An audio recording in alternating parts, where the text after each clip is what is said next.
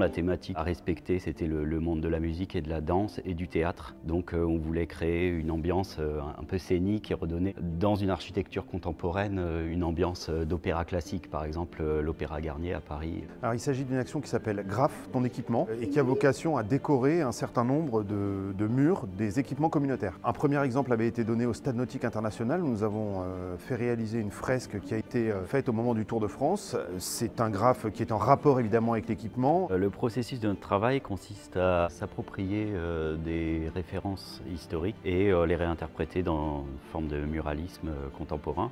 Techniquement, on va donc chercher des références qui nous inspirent, en faire des dessins sur petit format qu'on travaille donc à la pointe fine, qu'on va agrandir.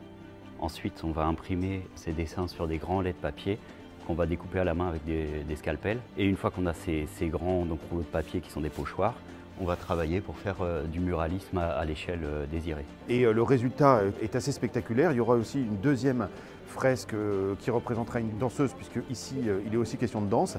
Mais l'idée, c'est vraiment que dans les lieux communautaires, les gens qui y passent puissent admirer des œuvres sur les murs qui ont vocation à raconter l'histoire du lieu tout en se projetant dans une dimension culturelle.